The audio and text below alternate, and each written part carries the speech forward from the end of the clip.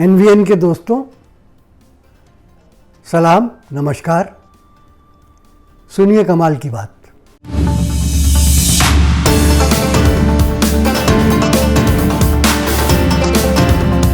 ऐसा लगता है कि इंडियन नेशनल कांग्रेस जीती हुई बाजियां हारने पे तुली हुई है। पहले कर्नाटक गया, फिर मध्य प्रदेश गया और अब राजस्थान की बारी आई। राजस्थान में सरकार बच तो गई, लेकिन फिलहाल इसलिए कोई नहीं जानता कि कल क्या होगा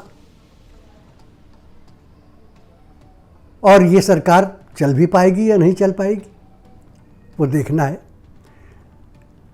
कर्नाटक और मध्य प्रदेश के लिए तो ये कहा जा सकता है कि वहाँ ऑपरेशन लोटस, ऑपरेशन कमल चला, मगर राजस्थान में तो ये ऑपरेशन कमल नहीं था। ये जो भी ऑपरेशन था, इसमें तो कांग्रेस का हाथ दिखाई दे रहा था। ये साफ लड़ाई थी अशोक गहलोत और सचिन पायलट की। वो तो कहिए कि सचिन पायलट के पास 30 मेंबर नहीं जुट पाए, वरना बीजेपी के पास 72 मेंबर थे, 102 हो जाते और मेजॉरिटी के लिए 101 मेंबर चाहिए थी, खेल बन जाता। वो नहीं हो पाया, इसलिए सरकार बच गई। सबसे बड़ी बात यह है कि अगर कांग्रेसियों के लिए सिर्फ एक ही प्रॉब्लम है कि उन्हें कोई ओहदा सरकार में मिल जाए, वो वजीर बन जाए, उसके अलावा कोई मसला नहीं, तब तो ये होगा कि कल जब कांग्रेसी वोट मांगने जाएंगे तो जनता ये सोचेगी कि ये वोट हमारे भले के लिए तो मान नहीं रहे, ये तो अपने भले के लिए मांग रहे हैं, तो कांग्रेस पार्टी का पूरा एतबार ही उठ जाएगा और उठ रहा है। गहलोत तो सचिन पायलट में लड़ाई पहले दिन से चल रही। सचिन पायलट बिल्कुल ज्योतिरादित्य सिंधिया की लाइन पे जा रहे थे। ज्योतिरादित्य सिंधिया का प्रॉब्लम क्या था? वो चाहते थे कि वो मध्य प्रदेश के चीफ मिनिस्टर बनाए जाएं कमलनाथ के बजाय। हालांकि वो ग्वालियर से अपनी लोकसभा की सीट हार चुके थे, वो नहीं बनाए गए। तो उन्होंने कहा कि कांग्रेस में रहकर मैं जनता की सेवा नहीं कर पाऊंगा। अगर आपने जनता की सेवा की होती तो आपको ग्वालियर के वोटर हरा ही क्यों देते? बहरहाल अब ज्योतिरादित्य सिंधिया हो गए हैं, राज्यसभा पहुंच गए हैं। हो सकता है उन्हें कल कोई मिनिस्टर भी बना दिया जाए, लेकिन ज्योतिरादित्य सिंधिया अच्छी तरह जानते हैं, पढ़े लिखे आदमी हैं, कि अगर उनको सेंट्रल में कोई मिनिस्ट्री मिल भी गई तो सेंटर में सिर्फ 2 आदमियों की सरकार है, नरेंद्र मोदी और अमित शाह।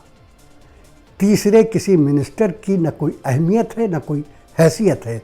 वो मिनिस्टर बन जाएंगे तो उनकी भी न कोई अहमियत होगी न कोई हैसियत होगी। बहरहाल ये उनका मसला है। सचिन पायलट भी चाहते थे कि वो चीफ मिनिस्टर बन जाए। उनकी समझ में एक बात नहीं आई, उससे 42 साल के हैं, उनके पास अभी एक बहुत लंबा अरसा पड़ा है, वो बहुत दूर तक जा सकते हैं। क्या इतनी जल्दी है, क्या इतनी बेताबी है चीफ मिनिस्टर बनने के लिए? और क्या सिर्फ चीफ मिनिस्टर बनकर ही अपने राज्य की सेवा की जा सकती है? मुझे तो ऐसा लगता है कि अशोक गहलोत हो या सचिन पायलट, दोनों को ये फिक्र नहीं है कि चीन की सेना हमारी सीमाओं के अंदर घुसी हुई है, बैठी है और पीछे नहीं हट रही। शायद वो इसलिए फिक्रमंद नहीं है कि वो समझते हैं कि चीनी सीमा तो लद्दाख में है, राजस्थान में तो नहीं है, लेकिन वो उस लद्दाख में है जो हिंदुस्तान का हिस्सा है, उसी हिंदुस्तान का जिसका हिस्सा राजस्थान भी है।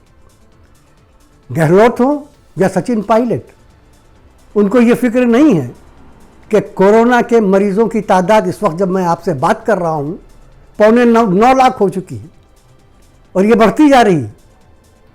शायद वो समझते हैं कि राजस्थान में तो अब कोरोना नहीं रहा है, इसलिए हम क्यों फिक्र करें, लेकिन हिंदुस्तान में है उस हिंदुस्तान में जिसका राजस्थान सिर्फ एक छोटा सा प्रदेश है, शायद उनको इस बात की फिक्र नहीं है कि हिंदुस्तान की इकोनॉमी ज़मीन पे औंधे मुंह पड़ी हाँप रही है और हमारी इकोनॉमी की ये हालत कल राजस्थान पर भी अपने साए डालेगी।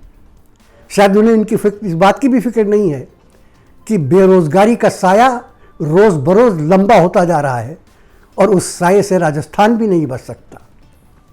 उन्हें फिक्र है सिर्फ इसकी कि वो चीफ मिनिस्टर क्यों नहीं है। उन्हें गहलोत को फिक्र इस बात की है कि कहीं ज़िला परिषद के इलेक्शंस में सचिन पायलट उनके आदमियों का पत्ता ना काट दे। उन्हें इसकी बिल्कुल फिक्र नहीं है कि राजस्थान में कल बड़ा संगीन मसला खड़ा होगा।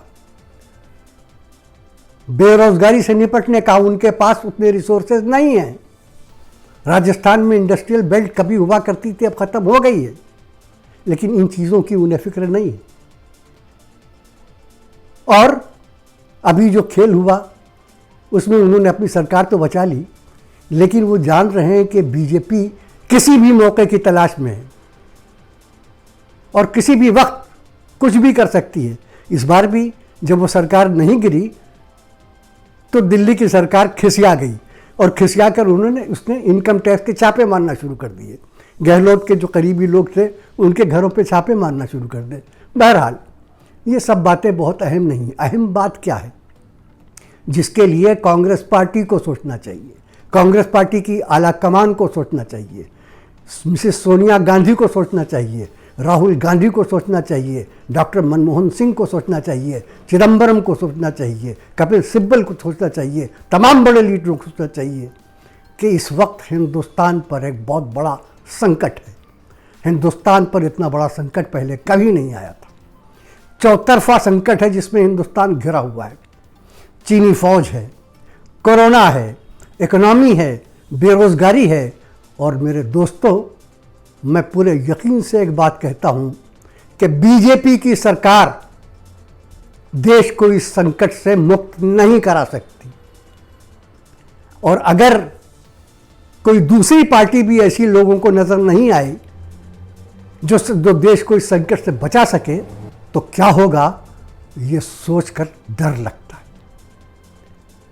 अगर हमारा पॉलिटिकल क्लास इतना बेहिस हो गया है, इतना केयरलेस हो गया है कि उसे ये फिक्र नहीं कि इस संकट से अगर हिंदुस्तान नहीं बचा तो क्या होगा।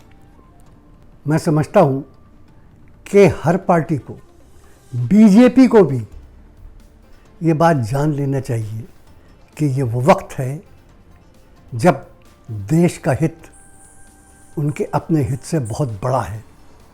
अगर इस वक्त उन्होंने देश के भले की नहीं सोची तो याद रखिए, इतिहास उनका नाम उन लोगों की फहरिस्त में दाखिल करेगा जो ये समझते हैं कि उनका अपना हित इस देश के हित से ज़्यादा बड़ा है।